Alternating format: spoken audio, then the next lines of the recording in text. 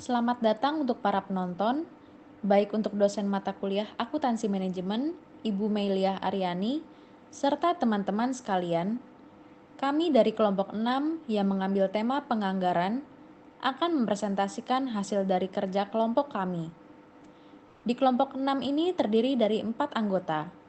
Yang pertama, Yolanda Olivia Rambitan, kedua, Satrio Wahyu Aji, ketiga, Muhammad Alfarizi, dan keempat, Robi Rahmandika. Berikut adalah hasil presentasi kami. Baik, saya akan menjelaskan apa arti dari penganggaran atau bisa disebut budgeting. Penganggaran adalah proses perencanaan keuangan organisasi secara terstruktur dalam jangka waktu tertentu. Pada umumnya, penganggaran ini terjadi dalam kurun waktu 1 tahun. Menurut para ahli yang saya ambil adalah menurut Hansen dan Mowen. Menurut mereka, anggaran merupakan alat untuk perencanaan yang menyatakan pendapatan dan biaya untuk periode 1 tahun dan berfungsi sebagai alat pengawasan bagi pihak manajemen untuk mengadakan penilaian hasil-hasil yang telah dicapai. Manfaat dari budgeting ini ada 3. Yang pertama, bisa mengendalikan keuangan. Yang kedua, pemantauan kinerja. Serta yang terakhir, penyesuaian terhadap perubahan. Selanjutnya akan dijelaskan oleh Satrio Wahyu Aji. Tujuan dari penganggaran. Yang pertama digunakan sebagai barometer. Maksud dari barometer di sini adalah alat ukur pihak manajemen dalam membuat perencanaan keuangan di masa yang akan datang. Kedua, sebagai acuan otorisasi keuangan. Budgeting dapat menjadi acuan otorisasi keuangan. Hal tersebut dikarenakan adanya perencanaan keuangan yang dilakukan. Ketiga, sebagai pengukuran target. Dengan melakukan anggaran, sebuah perusahaan dapat mengukur target dan pencapaiannya dalam satu periode tertentu. Selanjutnya ada jenis budget.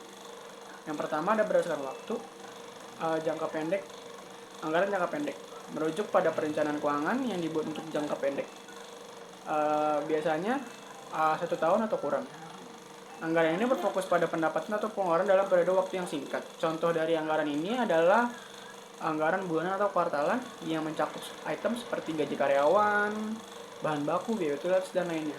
Selanjutnya ada anggaran jangka panjang, merujuk pada perencanaan keuangan yang dibuat untuk jangka panjang, seperti biasanya lebih dari 1 tahun. Anggaran ini berfokus pada tujuan dan strategi jangka panjang suatu perusahaan. Contoh dari anggaran jangka panjang ini adalah perencanaan untuk pembangunan pabrik baru, investasi dan penelitian, serta strategi ekspansi internasional. Nah, yang kedua adalah berdasarkan ruang lingkup. Ada anggaran parsial, merujuk pada anggaran yang dibuat untuk sebagian dari keseluruhan anggaran atau untuk bagian tertentu dari suatu organisasi atau proyek. Anggaran ini tidak semua aspek tidak mencakup seluruh aspek. Contoh dari anggaran parsial ini adalah anggaran untuk departemen pemasaran yang mencakup biaya iklan, promosi, dan riset pasar. Selanjutnya adalah anggaran komprehensif atau anggaran induk, merujuk pada perencanaan keuangan menyeluruh yang mencakup semua aspek dan operasi suatu organisasi selama periode tertentu. Biasanya contoh anggaran ini adalah anggaran operasional, anggaran kas, anggaran keuangan. Dan selanjutnya yang ketiga adalah berdasarkan fleksibilitas. Anggaran fleksibilitas ada anggaran statis. Adalah anggaran yang dibuat untuk periode tertentu dan tidak berubah-ubah terlepas dari perubahan dalam tingkat aktiva atau volume bisnis selama periode tersebut. Contoh dari anggaran ini adalah anggaran departemen pemasaran yang mengalokasikan sejumlah uang untuk iklan selama 1 tahun tanpa memperhitungkan apakah tingkat penjualan meningkat atau menurun selama satu periode tersebut. Dan selanjutnya ada anggaran yang luas atau anggaran yang fleksibel. Adalah anggaran yang disesuaikan dengan tingkat aktiva atau volume bisnis yang sebenarnya selama periode tertentu. Contoh dari anggaran ALUES ini adalah anggaran yang mengalokasikan biaya produksi berdasarkan jumlah unit yang diproduksi. Berikut saya akan menjelaskan keunggulan dan kelemahan dari penganggaran. Keunggulan dari penganggaran ialah 1. Orientasi personel diarahkan ke pemenuhan kebutuhan customers. Yang kedua, fokus penyusunan anggaran pada perencanaan aktivitas digunakan untuk menghasilkan value bagi customers. Yang ketiga, activity-based budgeting mendorong personel untuk mengimplementasikan cara berpikir berbasis sistem. Yang keempat, mencapai keunggulan dengan menghilangkan pemborosan. Lalu yang kelima, mencapai keunggulan dengan mengurangi beban. Berikutnya, ada kelemahan dari penganggaran. Kelemahan dari penganggaran ialah 1. Prediksi kegiatan bisnis di masa mendatang belum tentu tepat atau belum tentu mendekati kenyataan.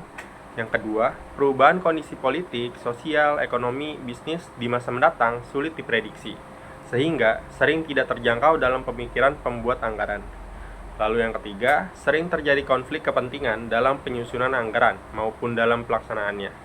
Yang keempat, pembuat anggaran sering berpikir subjektif, mementingkan kepentingan seksi, bagian, atau divisinya. Lalu yang kelima, anggaran pada umumnya sangat idealistik, sehingga menjadi sulit dicapai dan dapat mengakibatkan para pelaksana frustasi. Selanjutnya juga ada persamaan dan perbedaan operasional budget yang disiapkan oleh perusahaan manufaktur, dagang, jasa, dan non-profit. Persamaannya adalah sama-sama menggunakan anggaran penjualan, anggaran harga pokok penjualan, anggaran biaya penjualan, anggaran biaya administrasi, dan anggaran laba dan rugi. Sedangkan perbedaannya yaitu perusahaan manufaktur menggunakan anggaran produksi, anggaran persediaan akhir bahan langsung, anggaran anggaran biaya overhead pabrik, dan anggaran persediaan produk jadi. Sedangkan perusahaan jasa menggunakan anggaran kas, anggaran piutang, anggaran hutang, dan anggaran neraca. Nah, perusahaan non-profit juga biasanya menggunakan perbedaannya itu menentukan estimasi pendapatan total dan pengeluaran untuk suatu periode anggaran tertentu. Berikut adalah hubungan anggaran dengan akuntansi. Anggaran dan akuntansi memiliki kaitan erat di mana akuntansi menyajikan data historis yang sangat bermanfaat untuk mengadakan estimasi-estimasi yang akan dituangkan dalam anggaran, yang nantinya akan dijadikan sebagai pedoman kerja di waktu mendatang. Dengan demikian, akuntansi sangat bermanfaat di dalam penyusunan anggaran. Akuntansi juga melakukan pendataan secara sistematis dan teratur tentang pelaksanaan anggaran itu nantinya, dari hari ke hari. Dengan demikian, akuntansi menyajikan data realisasi pelaksanaan anggaran secara lengkap. Data realisasi pelaksanaan anggaran inilah yang nantinya akan dibandingkan dengan data yang tercantum dalam taksiran anggaran itu sendiri untuk penilaian atau evaluasi kerja perusahaan. Dengan kata lain, dengan membandingkan data akuntansi dengan data anggaran, maka nanti akan dapat dinilai sukses atau tidaknya sebuah perusahaan. Hubungan anggaran dengan manajemen. Hubungan antara anggaran dan manajemen adalah sebagai tolak ukur keberhasilan, yaitu sebagai pertimbangan awal dalam melakukan sesuatu atau perencanaan keuangan perusahaan. Oleh karena itu, penganggaran sangat penting perannya dalam sebuah perusahaan atau manajemen, dan sebagai alat untuk mencapai tujuan perusahaan. Anggaran hanyalah sebagai suatu alat bagi manajemen, sehingga kehadiran manajemen selalu dibutuhkan. Anggaran yang baik dan sempurna tidak akan menjamin bahwa pelaksanaan serta realisasinya nanti juga akan baik serta sempurna, tanpa pengelolaan manajemen yang baik dan terampil.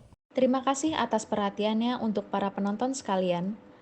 Berikut adalah hasil dari presentasi kami. Mohon maaf apabila ada kesalahan kalimat dan kata. Sekali lagi kami ucapkan terima kasih.